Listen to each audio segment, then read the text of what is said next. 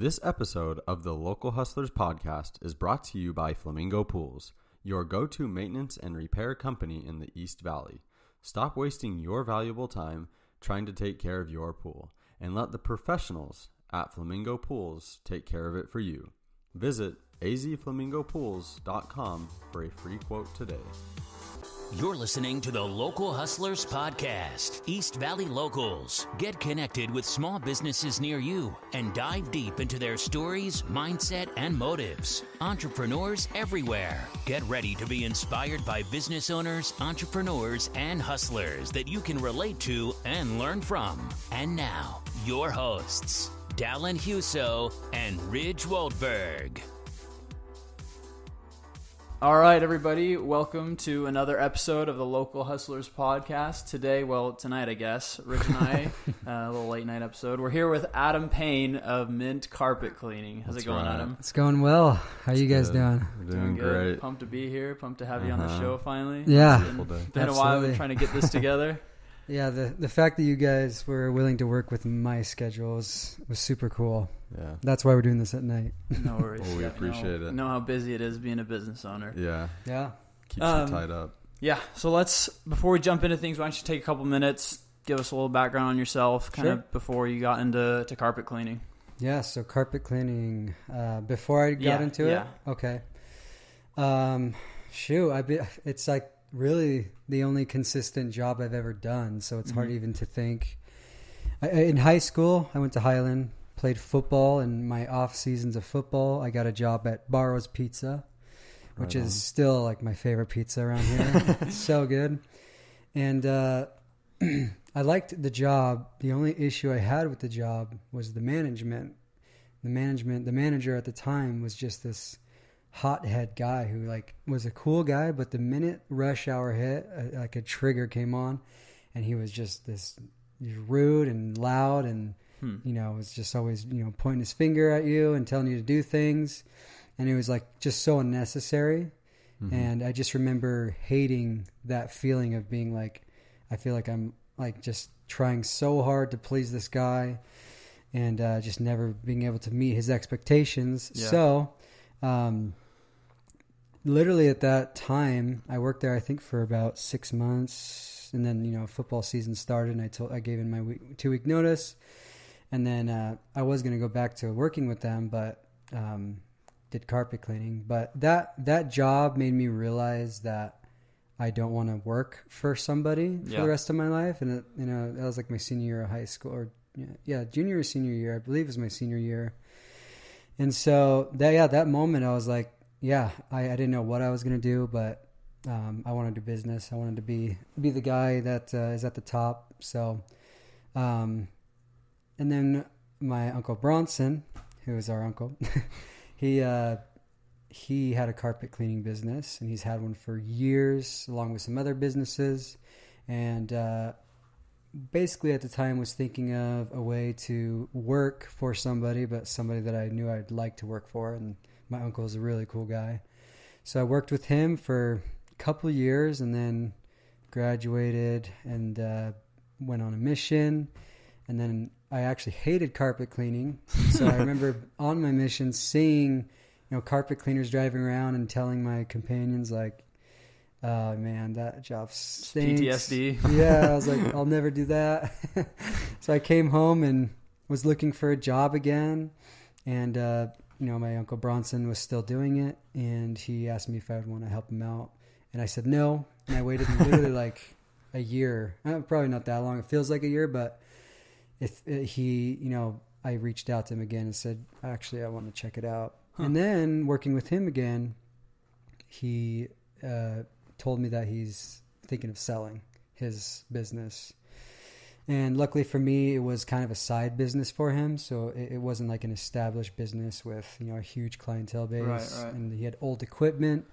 And so I was able to purchase the business at a pretty low cost, and with like a good little clientele to start out with, instead of trying to start from ground zero. So that's the background to how I got the business. Probably more than what you asked. So when he offered the business to you, did you still like have a hatred for carpet cleaning? Were you hesitant at all at buying the business at that point? Yeah, it's a great question. I think I gained a different work ethic and a mindset in those 2 years. Mm-hmm.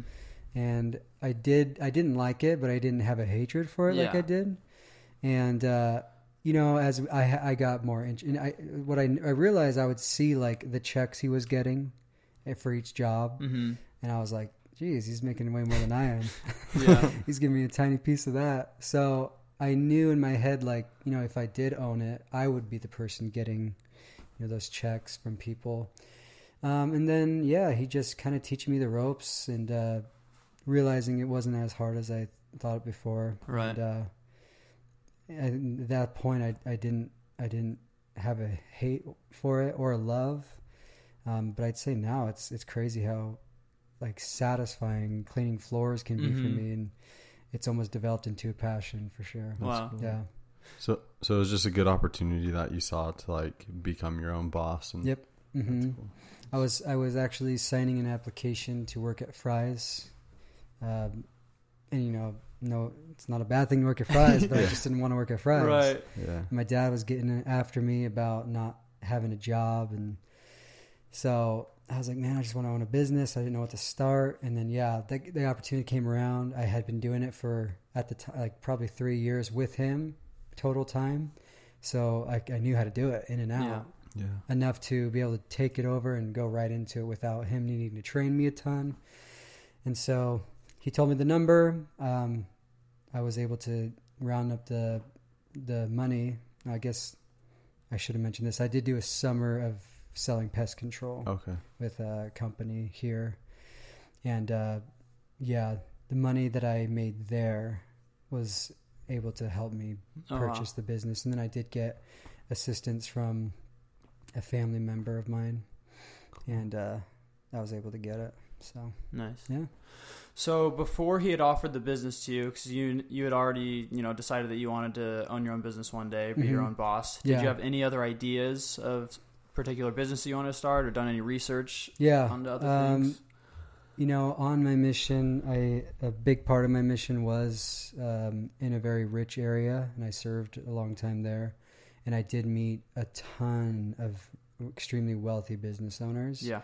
And including one of my, guys that I admired was Sean Neff. He started the Neff Beanie brand. Oh, that's sweet. Yeah. So I met, he was there, and he was just such a cool guy. He had such a cool business, and I loved the vibe. And so I definitely was inspired by him to come home and do something more of like what he did. Yeah.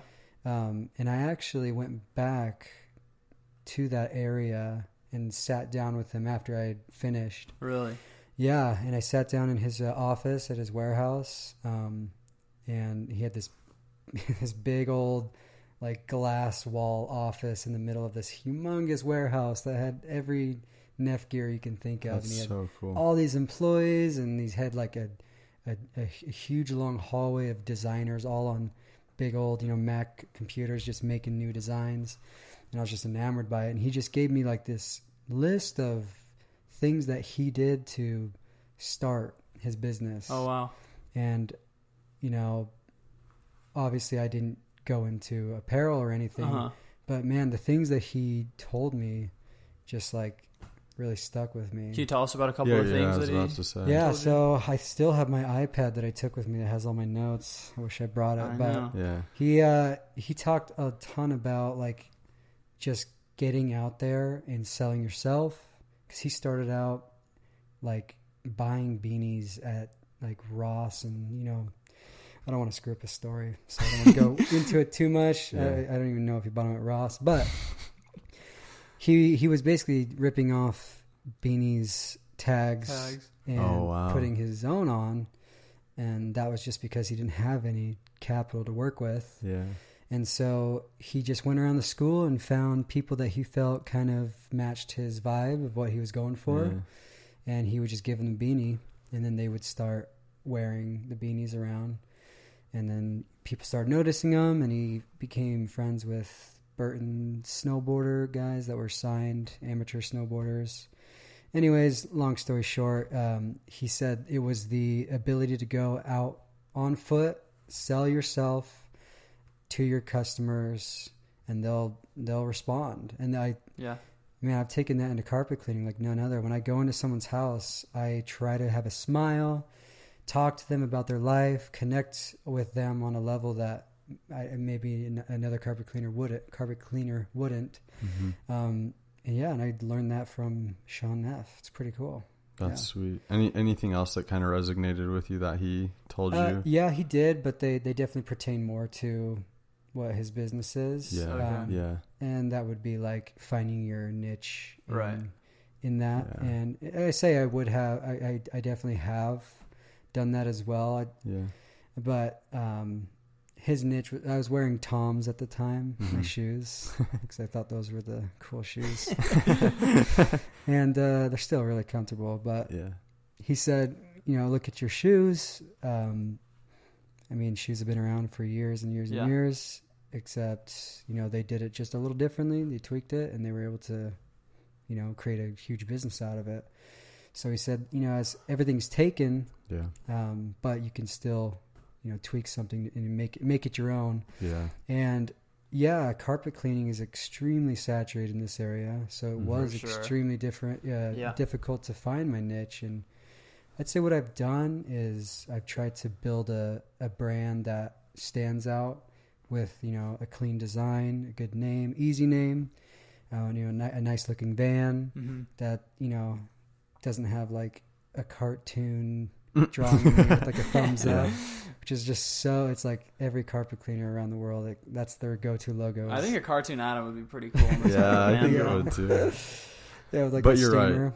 Like you're it's just clean, and Mint is such like simple. A clean name. It's super simple, and it just sounds fresh to me. What sort of people does that attract?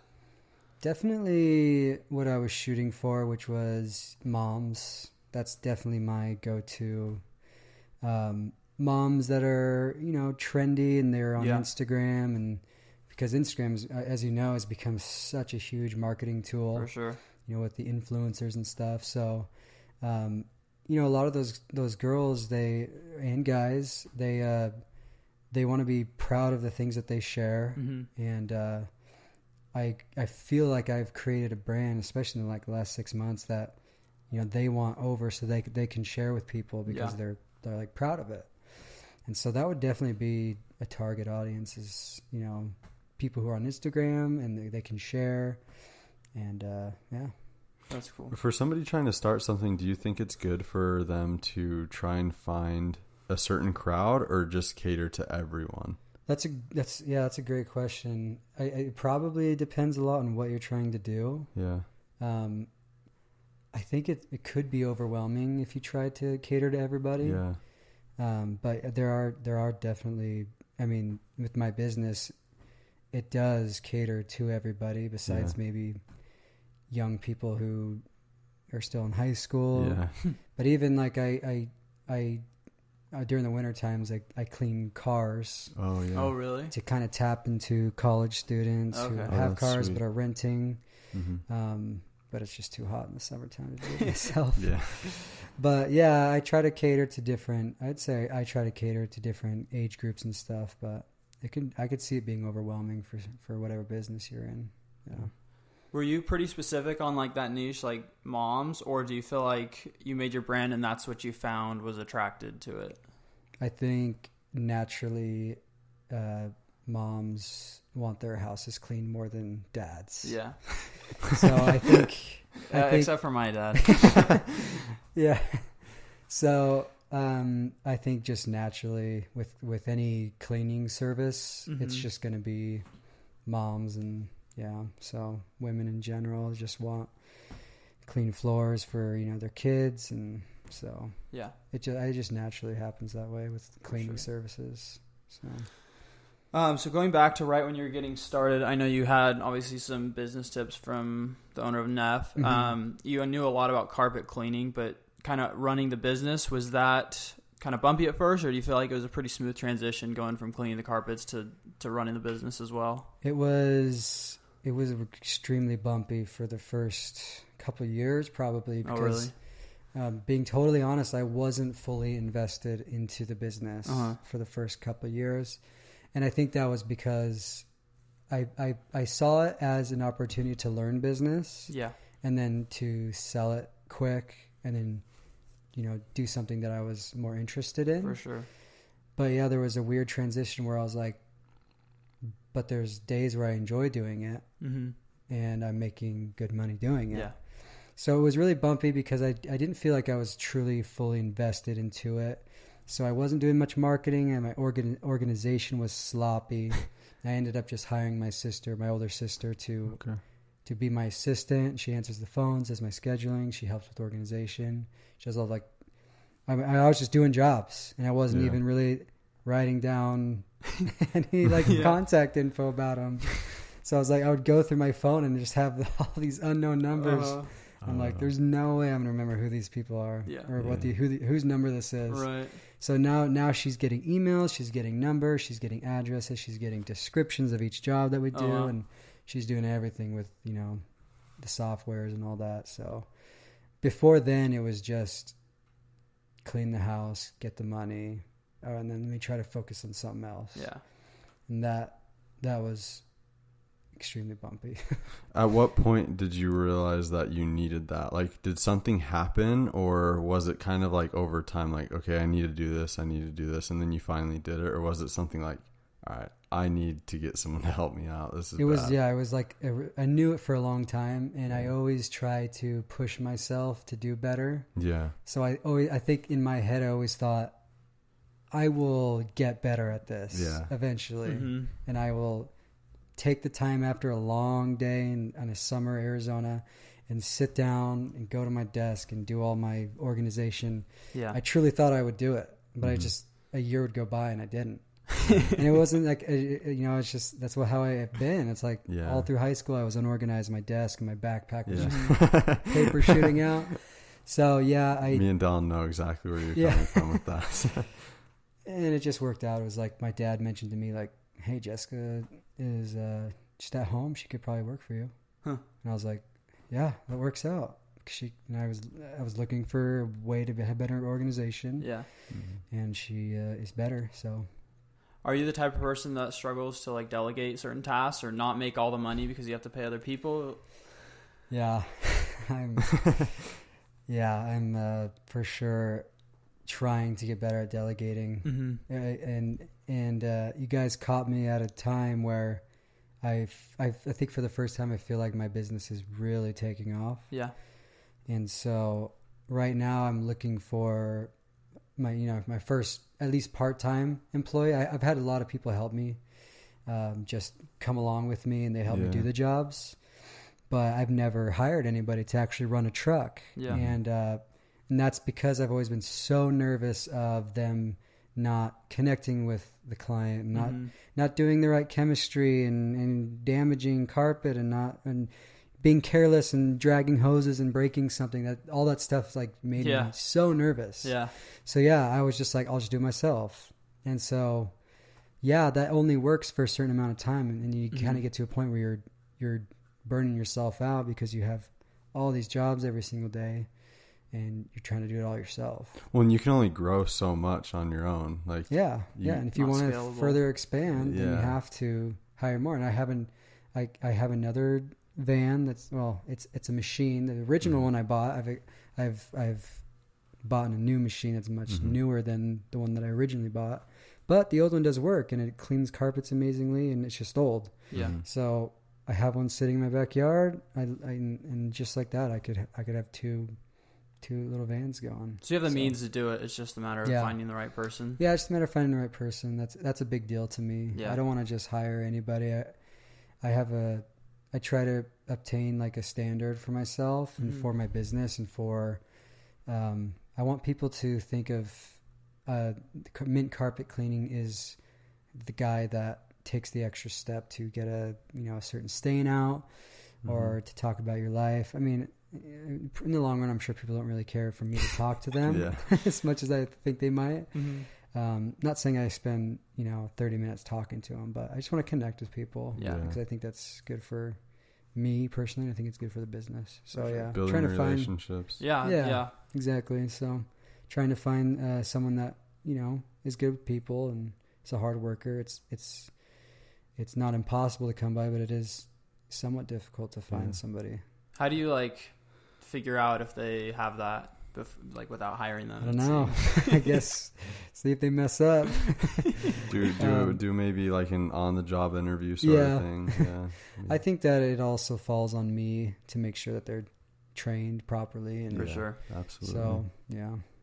Would you rather have someone that like already has some sort of training and knows what they're doing a bit, or just like start someone from scratch? That if I found someone that had history in carpet cleaning, and I just wouldn't want them to be like, well, when I worked here, this is how they did it. Yeah. Like, well, this is how I do it. Yeah. I just need to, it goes back to, opening up to being able to delegate my work to others. And I think that, I'm definitely opening up to that. So, yeah. That's cool. Yeah. You mentioned that like right now you're kind of really just blowing up, and you've been around for a couple of years now. So is there anything that you've been doing differently that's caused this, or do you feel like it's just the recognition of being around for a certain amount of time? Yeah, I don't know if you guys saw my old setup, but it was an old Ford Ranger, which is still like my truck that I drive around. I love it. But it's a 99 Ranger. It had high miles. The paint was oxidized, and I was pulling a rundown, rusty old trailer that had this, old machine in it. Like this thing's a dinosaur. Had hours and hours of work on it, and it did a great job. But I think it was when I really invested my time and effort into upgrading my image. I feel like it was the image that really made me stand out, and it wasn't like instant, but. I've had like a new image, and I've had this new van and the wrap on it for, I don't know, I'm probably coming up on 8 months or so now. And I feel like the image that, I'm creating has increased the business enough to where now I'm like, okay, it's expansion time. Yeah.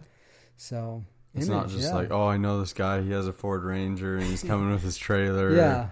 Give you a good deal, sort of thing. Which is fine, and I love that that's my beginning. I absolutely love it. I love that I didn't start out with a huge capital, and I was able to budget out. Okay, I'm buying this brand new van, brand new machine, brand new equipment. I started out with used equipment, and I love that part of the story, so I wouldn't change it at all. But it wasn't until I got into people's houses that they were sold on my business. It's like, it's hard. You gotta win people's, that call out to have them come out. You gotta win their loyalty. Yeah. And so it's just easier for them to make that call when they see a professional looking business.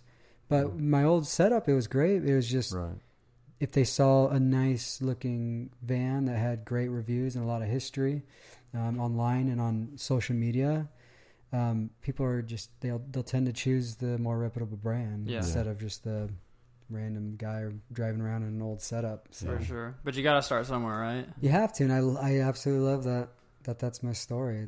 I built it up from the ground up, and I feel like anybody can do that. For sure. Yeah. Anybody. Awesome. Is there anything else you did, like budget wise or investment wise, like starting small, just things that anyone could do that's starting a business?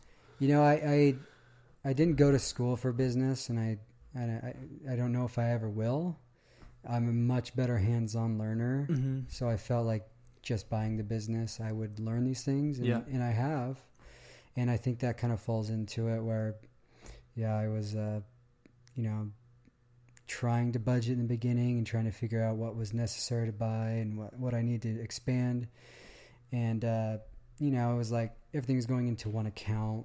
And so I didn't have a business account. So it was very like the organization of being able to, budget and stuff. Yeah. It goes back to my organization skills. They're being really bad. So I would say the beginning stages, the budgeting wasn't a huge part of it.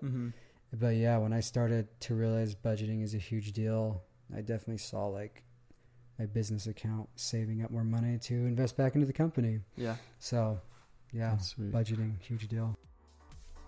Do you spend more time cleaning your pool than you spend swimming in it? Then call Flamingo Pools today.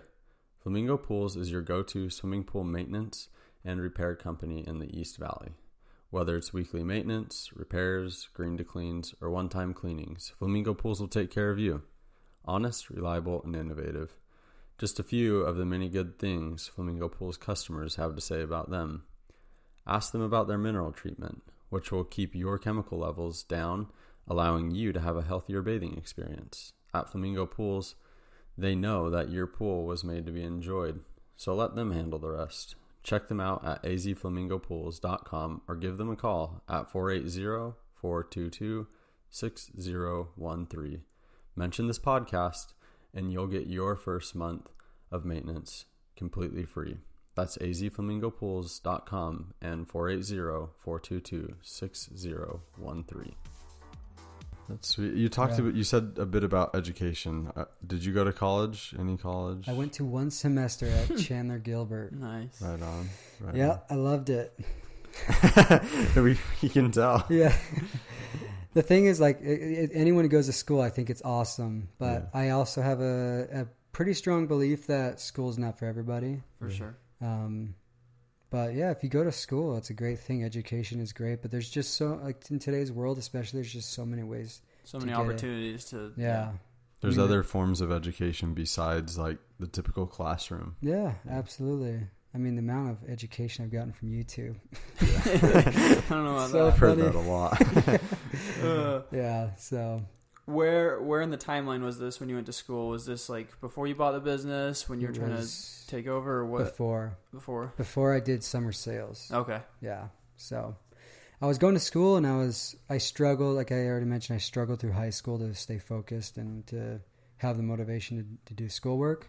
But I was like, when there was a topic that I was into, you had my focus. Yeah. And I did my studying. So, I mean, yeah, I went into college, thinking I would be a little different over, 2 years of doing a lot of studying every day. And so I just realized that I wasn't focused like I wanted to be. And it was really frustrating. So I really struggled.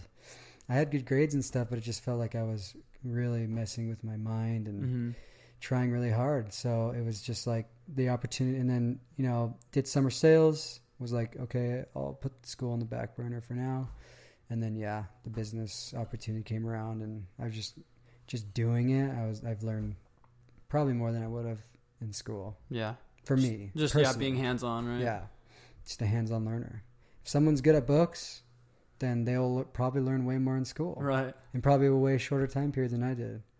Like 4.5 years into owning a business, and I'm still learning a ton of stuff. Oh, yeah. So, every day. Yeah.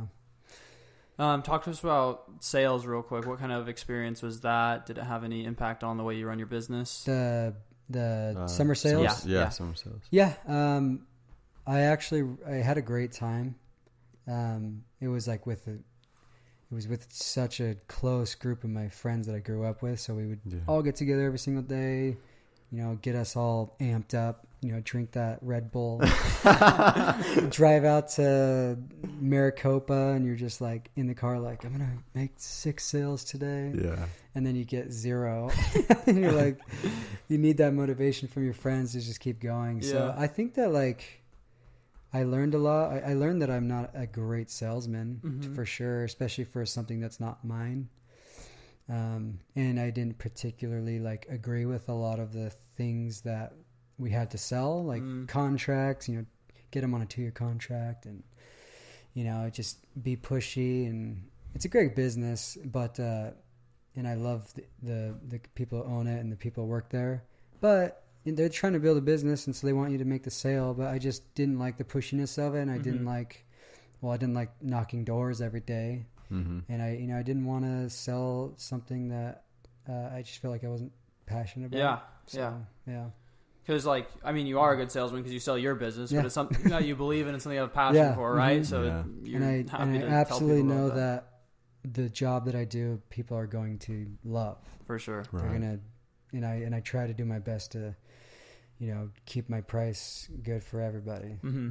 So that's cool. And then I also gave you some capital to buy the business. Yeah, that's probably the main part. I mean, their whole setup was like, they send you like a portion of what they made off of your sales each month. So I didn't get all the money up front. So I did get help, like I said, from a family member, and I was able to make those payments. I gave them extremely hefty payments because I paid it off. I gave them their loan back plus a little interest. I think I paid it off in like a year. Oh, wow. So it was really hard because I wasn't making enough money from the carpet cleaning to make that hefty payment. But because of the check I was getting each month from doing the sales, I was fine. So that's literally the best thing from sales was that. That's sweet. You talked a bit about pricing. How does somebody like figure out pricing in the industry that they're going into without like? Yeah. I mean, because I think about it sometimes. And I'm like, well, if I were to do that, like, how much would I charge somebody? Yeah, I mean, do some shady stuff. Yeah. I think buying it from my uncle. He already had a standard price, but I did discover that he was on the low end of what a lot of people are charging. So I'm still kind of in the stages of growing. I have raised my prices a lot since then. And I've been able to kind of fine tune things to like, I don't enjoy doing this as much and I make more money doing this. So I'm focusing on certain things and I'm able to charge more because I'm getting better at it.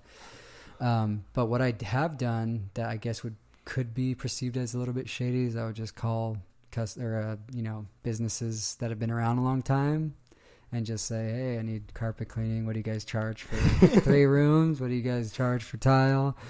And they're like, yeah, this, and this. And they're like, okay, then what do you guys charge for couches? And just like going down this list of... Just get the prices. Yeah. And I think... yeah, go ahead. No, keep going. No, I was just going to say they probably would catch on by then. I keep asking way too many questions about prices, about just things that are just all over the place. Yeah. And that's why that's how I learned that I was on the low end of pricing to begin with. And then as I've expanded into, other cleaning things, like I've done, I now clean like mattresses, and I was, like I said, at the time I was introducing cars, auto detailing in a way, but not so much like the plastics of the car or the outside. Yeah. So I did all that stuff to get the pricing. So. Well, I don't think you're the first business owner that's done that. Yeah. So you're definitely not going to be the last. I know. It's just, you got to do it. It's like using your resources, because there's no book that says this is how much you charge somebody. Like, this is the low end, this is the high end. Like, how are you supposed to know? Right. And then I am on a Facebook page of carpet cleaners that's nice. All over the world, pretty much. And they're extremely helpful with, I'll send them a picture of like something that's not coming out. And I'll be like, what would you guys do for this? And I can pretty quickly get some responses and go out to my van and grab the right stuff. But what I noticed, I try to use them as a resource for pricing. But man, people don't really think about the area that you live in. Right. So in an area like this, there's so many people live here, there's going to be more carpet cleaners or pool services or pest control. So you're just going to have to charge less than someone who's living in like a farm place that, there's not a lot of people living there. They're one of the only ones. He's like the only carpet cleaner in the town. So guys are doing like, 2 rooms and they're like, yeah, I would charge like $400, $500. I'm like, dang, that's crazy. You can't do that here. You're making out. Yeah. But they're charging that, but they're only doing, 1 or 2 a week probably. Makes up for the small amount of jobs they're doing. Whereas here you can fill up an entire day with, 4 jobs for 2 trucks a day. Yeah. Or more as you start to get bigger. So, just how it goes. That's sweet. So like Facebook groups and stuff like that, that's something that you do? Is that like a smart thing to do for somebody to like network within their own like industry. Field? Yeah, I didn't even know that was a thing until it's kind of funny. It's like a guy at my supplier, the place I buy my supplies for carpet cleaning. One of the employees told me to join it, but part of the group is like the guy who started it. He has his own line of cleaners. Oh wow! It's kind of funny because the employee told me to check it out, and then I switched all my cleaning to the other guy, so he lost business by telling me to. But I've joined this group, and like I said, tons of carpet cleaners, and it turns out this guy makes his own product, and he uses way safer cleaners. Oh wow! And man, they just clean so good. So yeah, because of that, you never know. You can join a Facebook group and you find other options out there that I just didn't know. Yeah, I just had to learn myself, and that's taken my business to the next level. I can guarantee better cleaning now because I found better cleaners. That's so sweet. yeah, Facebook groups are great. Yeah, talk about. I know I've seen you talking on Instagram about the type of cleaners you use. It's kind of healthy, or do you want to? Yeah, I have. I do offer a plant-based cleaner. Okay. It's called it's a company called Deacon or a Benefact, and they make this thing called Deacon 13, I believe it is.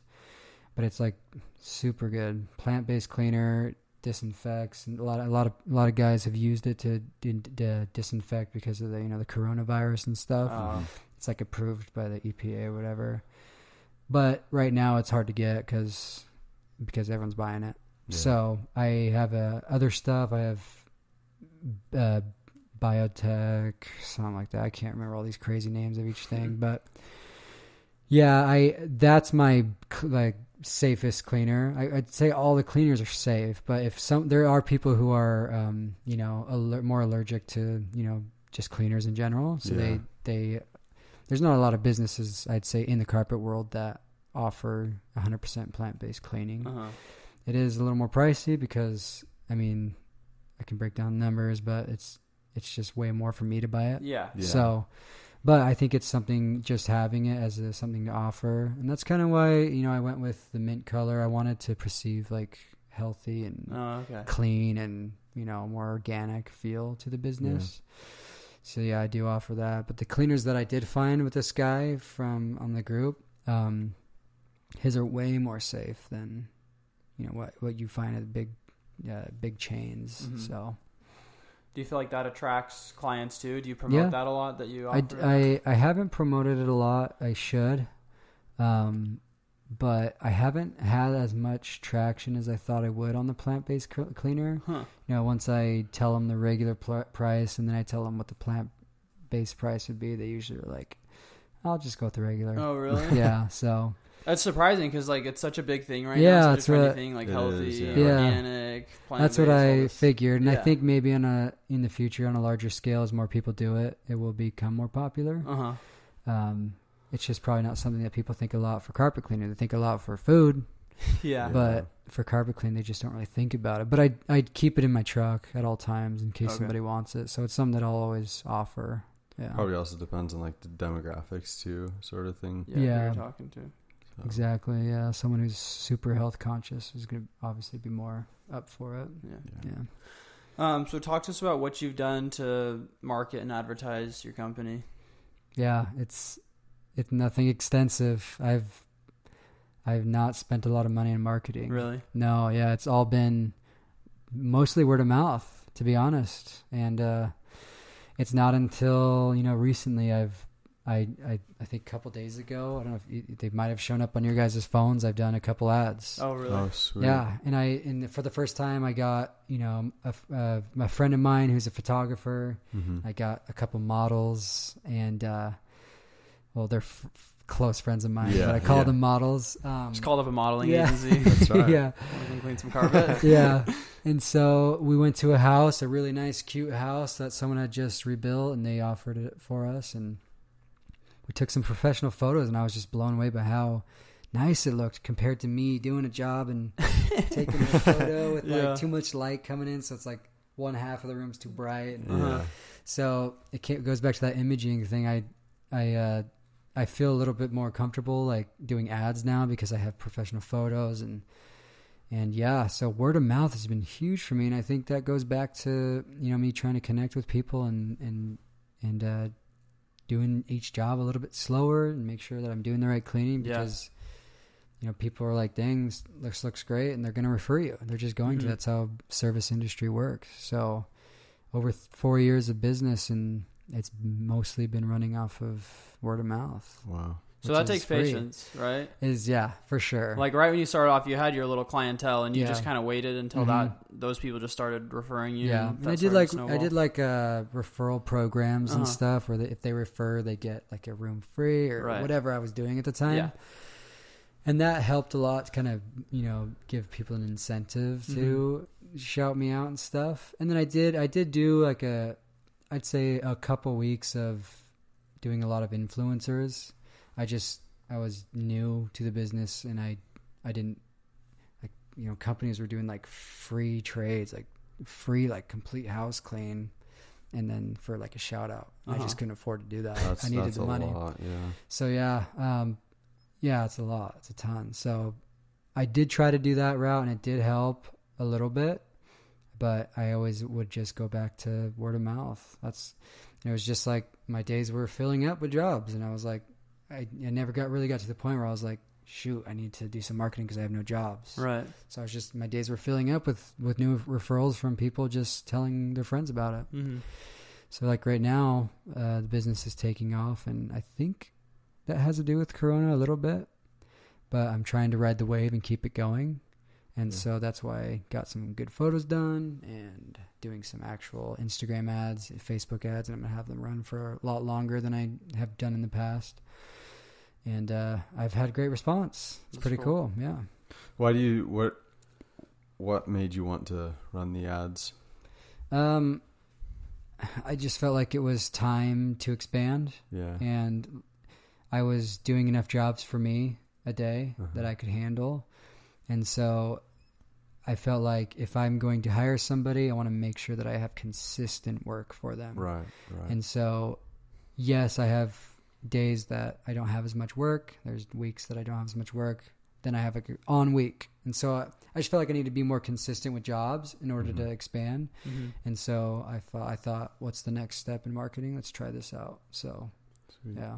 Do you do the ads yourself? Because I know a lot of people are like hesitant to throw money into it and waste if they don't know what they're doing. I do it myself. I don't want to sound braggy, but I like to think that I'm like a creative person and I have a good eye for design and stuff. Like I did the design for my business. Yeah, it's sick. And I've had tons of good reactions to it. So yeah, I did the ads myself. I did the font on the ads. I didn't take the photos. I had a friend, you guys know Mitch Farron. He did them.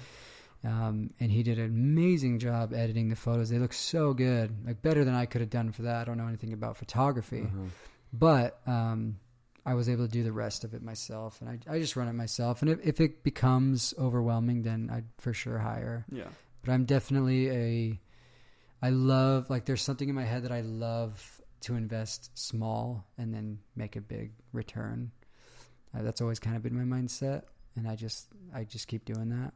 So I pay cash for a lot of my stuff. I don't try to be in debt, all that stuff. So it's worked so far, right? It's worked so far, yeah, for sure. It's great. Any story where someone's making the money and investing it slowly back into the business, I love, because that takes a ton of work, ton of dedication. So a lot of people like use that as an excuse that they don't have the capital or the money to start something up. Do you have like advice for people that are hesitant to start a business because they don't feel like they have the money to do it? It can be difficult, and because you may not have the resources to get a good chunk of cash to do it. So like I said, I was able to get help from a family member, but they gave me the amount of money that I needed to purchase the business itself, nothing else to upgrade equipment or get a new truck or anything. And so the investment for anyone who's starting out, you can't. I guess for carpet cleaning, I could have saved up a couple $1,000s and bought like a portable machine, which is just not nearly. It's not going to clean as good. Yeah, it's not ideal. But it's not ideal, but you could definitely do it. Yeah. So literally, if somebody called me up and was like, "Hey, I want to do carpet cleaning. Do you have any tips?" I could probably tell them how to start up a business doing carpet cleaning with a budget of $2,000 to $5,000. Wow. And if I was to give them advice, it'd be just go out and hustle. Like I did flyers every single day, and I rode a bike to my old neighborhood, and those bikes that have like the little gas motor on it. Yeah. I found one of those for like $50 on OfferUp, and I would ride that to neighborhoods all over the place. Awesome. Just fly our entire neighborhoods. Yeah, that's super. So it's if you save up a little money doing work to buy like a small setup, or for pool cleaning, you probably would need a truck and the equipment that comes with pool cleaning. yeah, you're just going to have to save up the money to do it. Or if you have someone who can give you a small little loan to help out. But from there on, it's all going to be your determination to get out and sell yourself.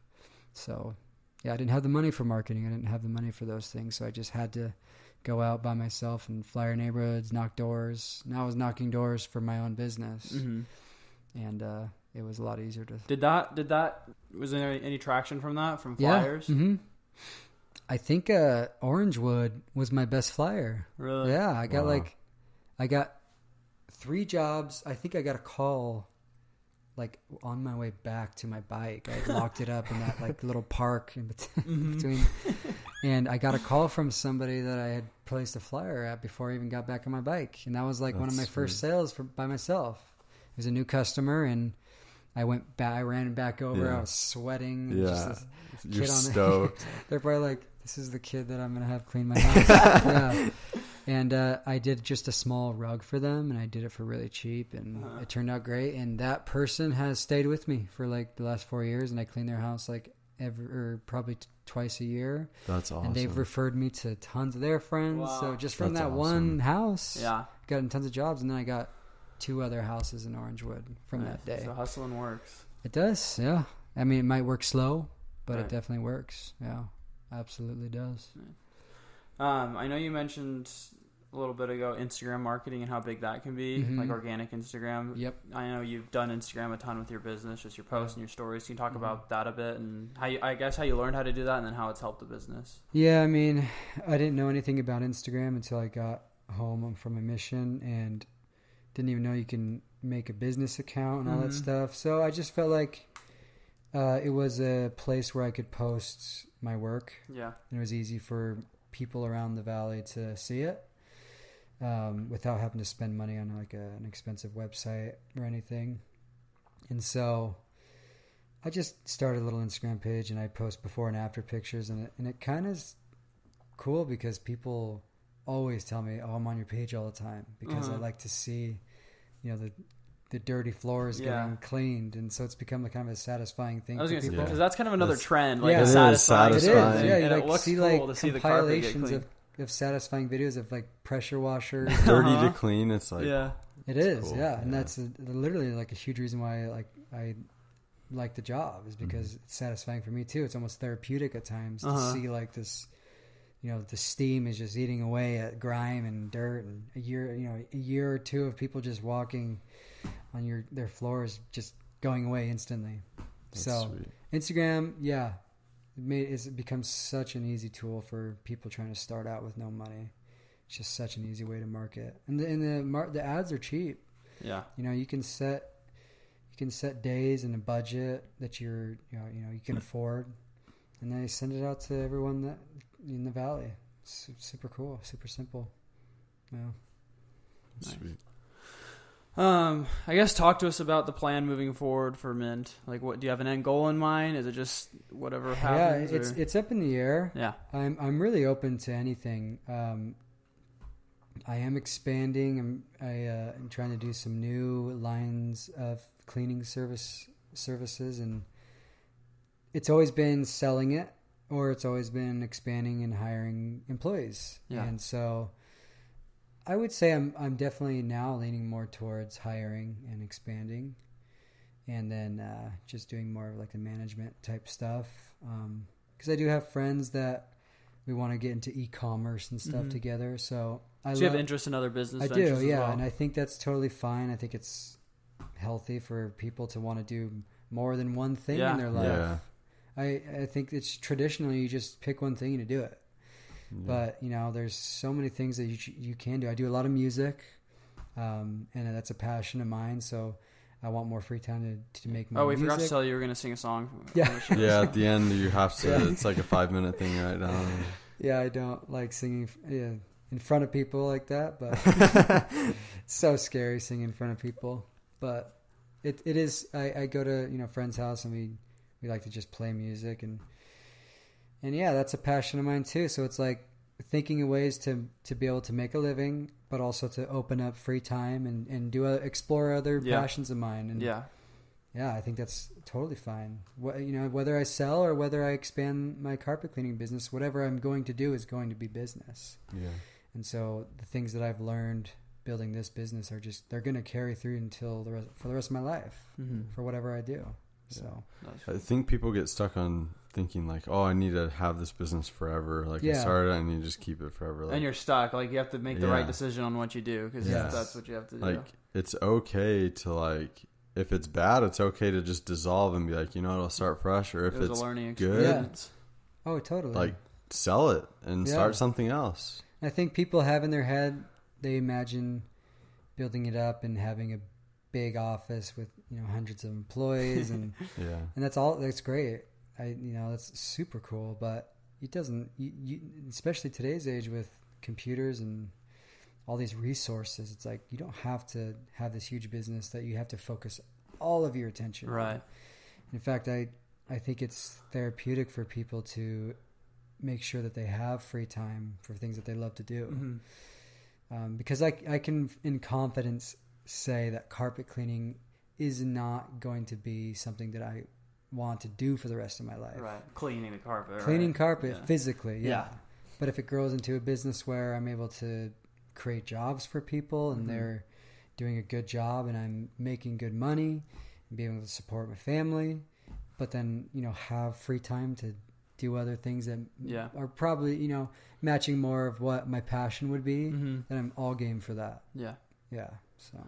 No, I love that. I think it's so important I think business owners get so caught up in growing their business, running their business, and they forget about, their quality of life and enjoying life and doing the things they love. What's the YOLO or something? Yeah. You only live once.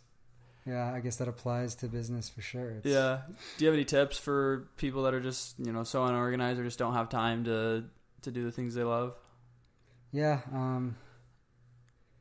have to think about that a little bit. If someone's overwhelmed with their work, then they definitely need to take the steps to be able to take a step back and you open up time for themselves. Because I love hanging out with friends. I love hanging out with my family. I love the downtime at my house to sit down with my wife and watch a couple episodes of Netflix. That stuff is important too. So if someone is a workaholic, I guess that's a good term for it. And if that is caused by unorganization, like take some steps to try to delegate your work and open up some time for yourself. It's important. Absolutely. So someone that's trying to start a business, or even you as you're like looking into what you do next, would you focus on like finding a business that you just absolutely love and have a passion for, or something that can open up free time so you can do other things that you love to do? It really depends on the resources you have or the means that you have, because in the end you just have to make money. So if I came across carpet cleaning because it was something that I knew would potentially make money fairly quick because it was already an established business to a certain extent, but with things that are your passion, especially like say for me, like music's a passion. It's one of those industries that's extremely hard to make good money doing. And, for a long time, I was like, imagining myself being a star and doing concerts and all over America, which is great. That's your dream and pursue your dream. But, it got to the point where, I needed to make money. So the business came around and I knew business was a passion of mine too. You can have more than one passion. And so the whole mindset was try to take away the financial burden so that I would have more time pursuing a dream. And I've also learned that there's so many other things to do in the music world that would be satisfying for me. Even just sitting on my computer on Logic, and making some music I'm all set. I love it. So it turned into more of a hobby. Totally. And I don't have like a want to be a rock star anymore. So the fact that like the business was there to help me financially, you just have to do it. You have to make money in this life. So someone comes across something that can help burden that financial part of their life to open up another avenue, then I think you should take it. Yeah. Is there a point where you realize, or like a moment of self-awareness where you're like, okay, maybe this, like, even though this is my dream and my passion, maybe it's like not realistic that I do this as a full-time thing? The hard truth. Yeah. The realization time. Yeah. I probably would say that's probably a big reason why I wasn't into my business for the first couple of years. Because I wanted to start a business that was in apparel, or I wanted to start a business in something that I truly loved. And I was trying to find a niche in something, and I just couldn't. And then, businesses that I may have wanted to start, I knew nothing about. So I knew I wasn't going to make money for a super long time. Right. I needed money. I needed to pay a mortgage and stuff. So, it's a sad day, but you just say, well, I can still do music. I just don't have to make millions of dollars doing it. Which would be sweet. I think it's also like what you said, like if you are doing something that is bringing that money in and giving you more time to do like your hobbies, like you need that getaway, you need that escape. And so it's like, do something that you're going to be good at running the business, and then at least you enjoy it, right? Yeah. You don't hate it. Yeah, and it'll free up some time. So absolutely. And if you make money doing it and you are able to save up, you gain like a good little capital for yourself, maybe sell your business that you're doing that you're not fully in love with, you make a good little chunk of money, then you have some money to play with. Try starting a business that you're passionate about. You can do that at any age. I think people fall into like in their early 20s, they got to get businesses established. Exactly. And it's not the case. You can, the guy who started Five Guys was like in his 60s or something. It's like, it's crazy. You can start a business anytime. So it's like, I can do this for 10 more years and then decide I want to do something I'm more passionate about. Yeah. And do that. There's so many ways to make money in this life. And if you have the means or the resources, like family will support you while you're trying to pursue a dream. Yeah. Like do it. Like give it a try. You don't want to do something or not do something and then say like, what if later on down the road? Better to do it and fail, right? Absolutely. Yeah, absolutely. Take that if you have the resources and the means to do it, for sure. That's awesome. So there's still a chance we might see Adam Payne touring the world?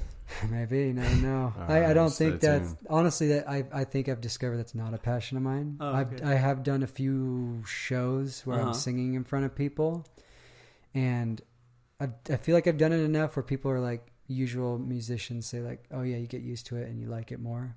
You'll always be nervous, but I've done it enough where, I'm still terrified of it. So like imagining myself doing that every single night in front of tons of people, I'm not into that. Yeah. I wouldn't enjoy it. Yeah. For sure. If like you could make a career out of just recording music and posting it on Spotify and making tons of money, then I would do that instead. But I don't know how many people actually make a lot of money just doing that.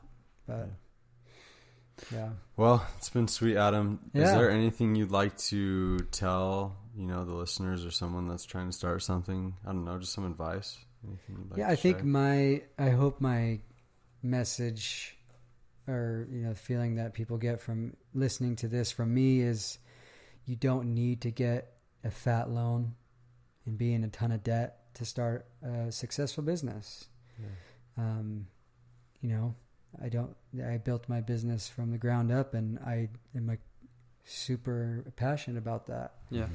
So that would be my message to young people or people trying to start a business. If you're in a state where you're kind of struggling and if, you don't have you can't get a loan or you don't have someone that's a rich friend or a family member to help you, then you can start a business with a little bit of money and make it into thousands of dollars down the road. Sweet. I think that's a really cool thing. Yeah. Love it. The American dream. That's right. Yeah. Start from nothing. Absolutely. Become something. So yeah. It's awesome. Yeah. All right. Well, as we wrap it up here, we're going to get into a good segment. Little game we're going to play. I know you've listened I know the before, game. So you might... He's been practicing for this. Yeah. He's been sweating the whole time. The game makes me nervous. It's like some of these guys like answer them right away. I know. I'm like, I didn't know that. Well, let's see how you do. So can you skip? Can you be like, skip? Next question? Yeah. Okay. Whatever works for you. Okay, so you probably know the rules, but 60 seconds, answer Yeah. as many questions as you can. Just go back and forth, Gotcha. rapid fire. Try not to go deep on the explanations. Okay, yeah. That's what kills people. All right, Ridge will start us off in 3, 2, 1. Favorite junk food?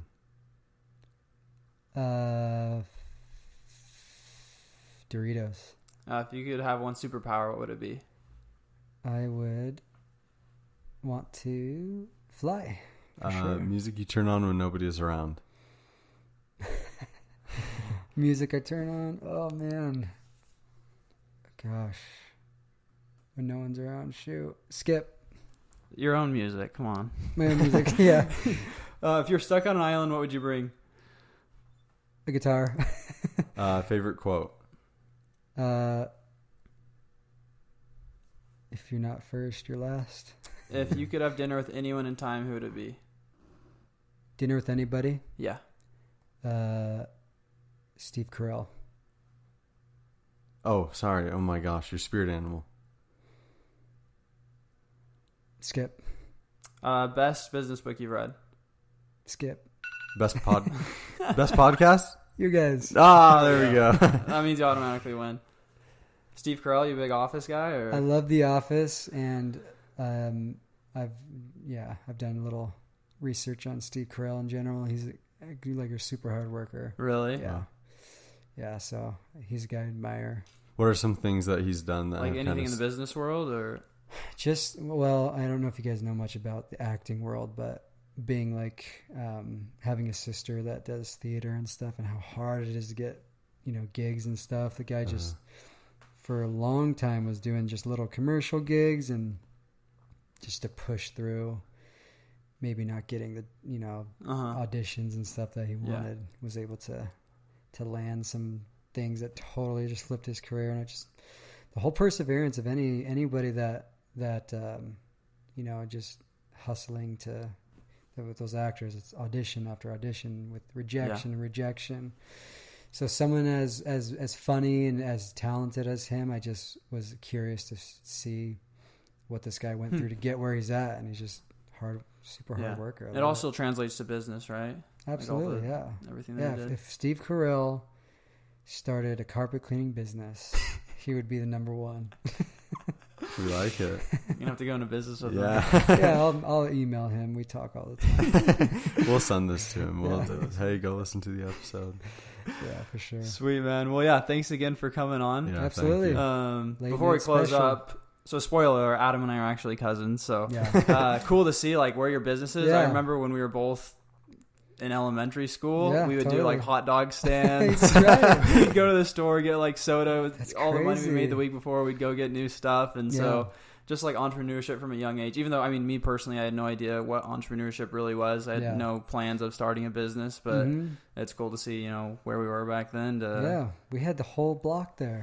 Every time, I think we only did it like a couple days, but I think we made like $80 or something. I know. Them tied down to those hot dogs. I think our mom's probably... We made my dad made a hot dog stand, like a legit stand. It had a little banner above it that said hot dogs. That's legit. It had a crock pot full of hot dogs.